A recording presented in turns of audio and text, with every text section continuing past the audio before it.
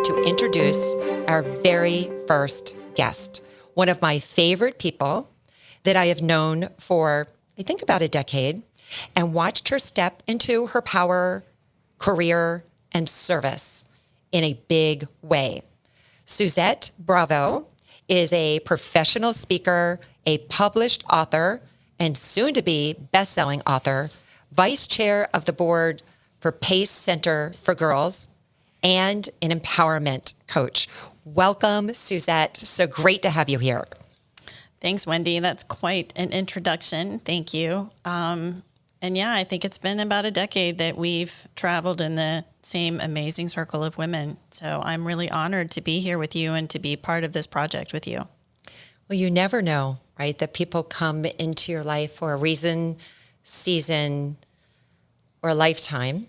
The Becoming You and the title of this series is the same as a book, a co-author book that is just launched that you are part of, and the whole Becoming You philosophy that it is never too early and it is never too late to create a life and a business that you love. But before we dive in there, can you take us back and share a little bit about your upbringing? Oh, let's get into the deep stuff right away. I know. And I know this is hard for you. So thank you so much always for opening up and being so vulnerable. Thank you for that. And I am a big believer in owning all of the things that we've been through. And when we can own those things and we can be vulnerable about them, you never know whose life you're going to touch. And that's why I do what I do now, and that's why I share what I share. So my childhood from the outside looking in looked pretty good. But the truth was there was a lot of trauma in my childhood. There was a lot of physical trauma. There was a lot of emotional trauma. And I spent most of my teenage years basically just trying to blow myself up. My freshman year of high school, I finished without a single credit because I just didn't go to school. In the days that I did go to school, I was probably high. And for a few years after that, I just, I was still kind of dancing on the edge, but I pulled it together enough to graduate on time and got my life together in my 20s. I got married for the first time and had it all together, was living a good life. And I had just kind of taken all the things that had happened in my past and just sort of buried them. I made this decision one day that I just was not going to live as a victim. I was not going to give one more moment, one more ounce of energy to what had happened to me. So I buried it and I just put it away and went on with my life. And, the funny thing about suppressed pain is it never goes away. Yeah, it's so true. Like burying something in the backyard, you don't see it, but you know that it's still there. So then you get married and you meet this amazing man and then it turns out not to be an amazing man. You think it's an amazing man, right? Because you get actually, no, he was an amazing man. The issue there was when we got married, I was very young and I married him for not the right reasons. And it was very difficult because he was a really wonderful man. But I was looking back now, I was such a mess. Like I was just not ready for that. And it was absolutely by no fault of his, but coming out of the divorce and then meeting Andrew and having 17 wonderful years with him. And then for those of you who know a little bit about my story, in January of 2013, he was diagnosed with an aggressive brain tumor, and 8 days after his diagnosis, he died. And that was the trauma and the grief that I went through with that just kicked everything up in my life. And after a few years of numbing and avoiding and not wanting to deal with any of it, I was finally faced with I had to turn and face my childhood trauma, the grief I was going through, I had to unpack all of that stuff that I had spent my entire life burying. And that's been my story for the last 10 years. So all this overcoming, the overcoming and then the becoming and becoming the first wife, and then you got married young and started to redefine who you were, and then there was a split. Then you meet this most amazing man. And now this is like your dream, like the things that you wish for when you're young. And there you have it. And then you find out this news. So I just want to take a moment because I know that there are listeners out there that have experienced something that has really shaken them to a core. And the story and the journey that you went on of saying, okay, that now I'm going to address the things you think it's just that thing, the trauma of losing your beloved.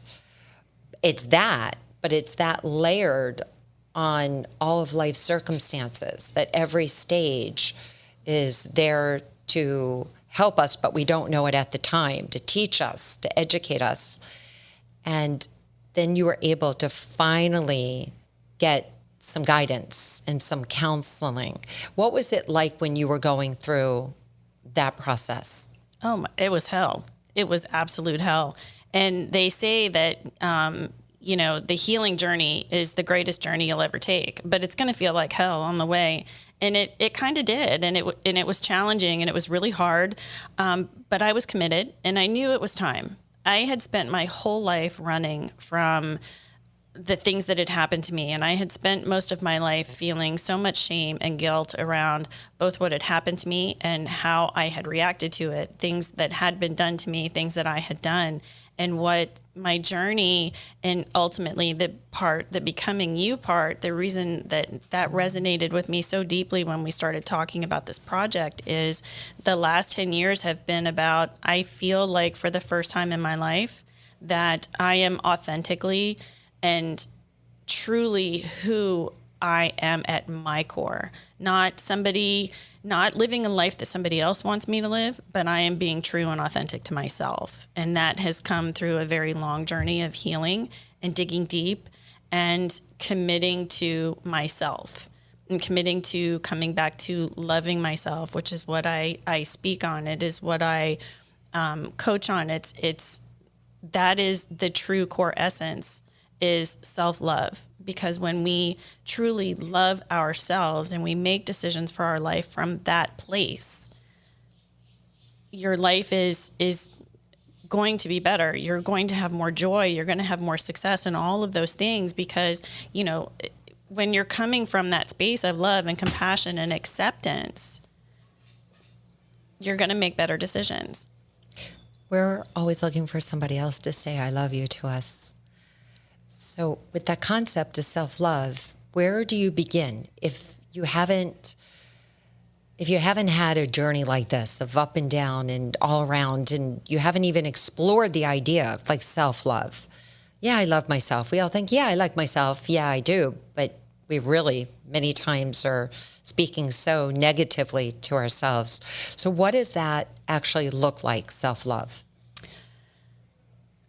The word that comes to me right now is acceptance. And I think as women especially, and I know for myself, I was so hard on myself. I mean, anytime I made a mistake, anytime even I didn't make a mistake, nothing was ever good enough.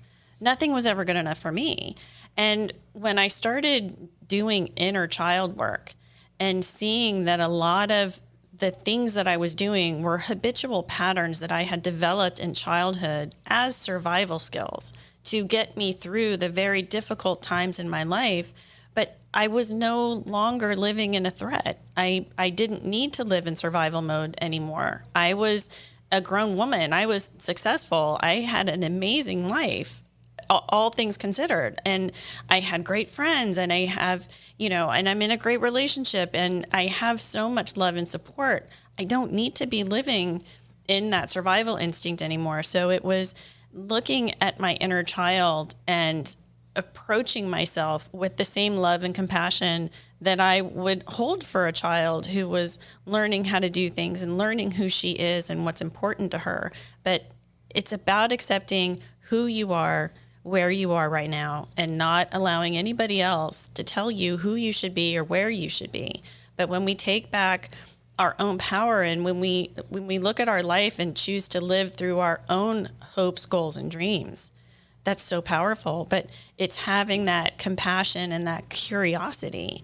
When you feel yourself going into something, ask yourself, okay, so what's coming up? What do I need? What does my inner child need?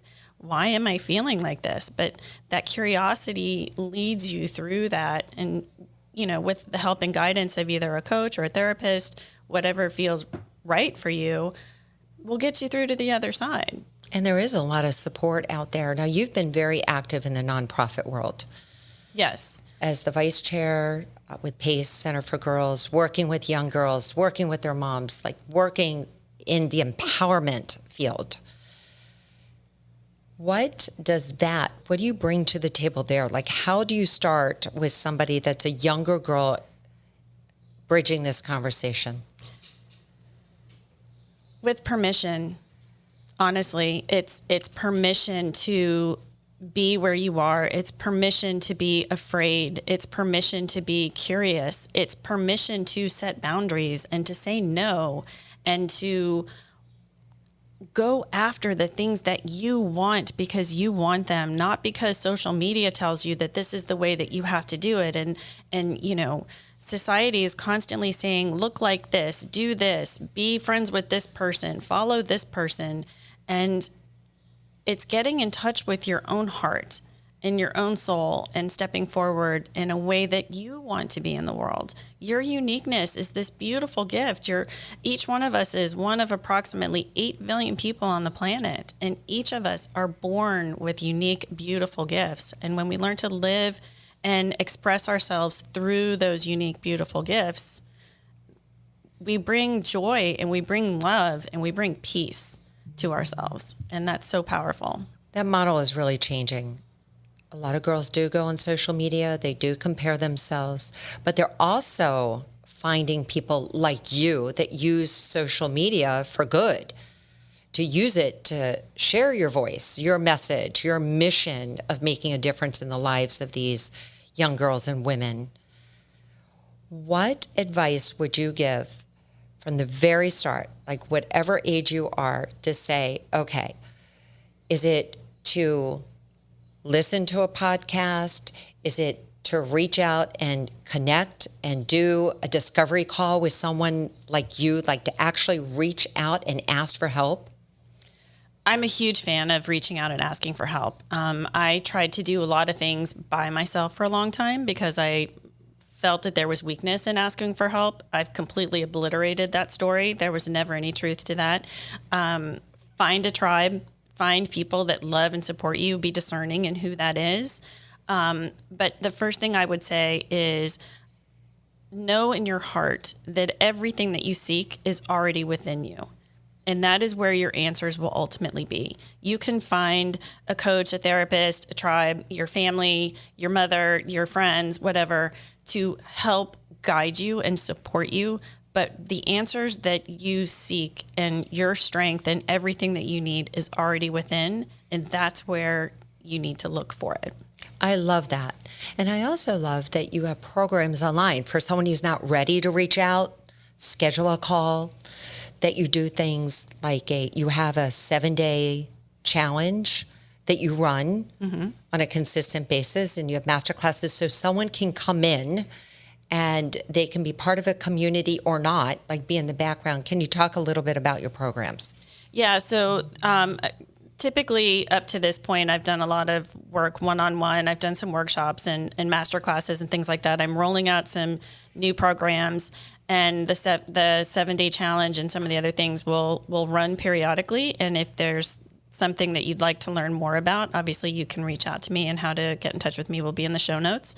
But yeah, so I try to cover a lot of different avenues because some people like to work in a group, some people like to work one-on-one. So I want to, my ultimate goal is to have a big impact and a big reach. So I try to be as accommodating as possible on rolling out different types of programs for different types of people, because we're all unique. I love that. And I love the idea of doing something for 7 days to create the new habit, to start to just introduce yourself to some of these new principles and concepts. So our listeners can find you at? You can find me on Instagram, Suzette K. Bravo. And you can also find me online. My website is SuzetteBravo.com. Those are probably the two best ways to find me right now. So in becoming you, one last question. What do you see for the future? Oh, wow. That's my favorite question. I see expanding and growing and continuing to work with girls and with women, and just lighting a fire and a movement of women who believe in themselves, who love themselves. That is the most important thing. Women who love themselves and who want to pay it forward. I'm a huge believer in that when we survive things in our lives, when we come through things, when we've come through adversity, when we can turn around and put a hand out to lift others up behind us, that just creates such a beautiful wave of momentum of love through the world. And that's my goal. I love that. Becoming you and becoming us. Thank you so much for being on the show today, Suzette. Thanks for having me, Wendy.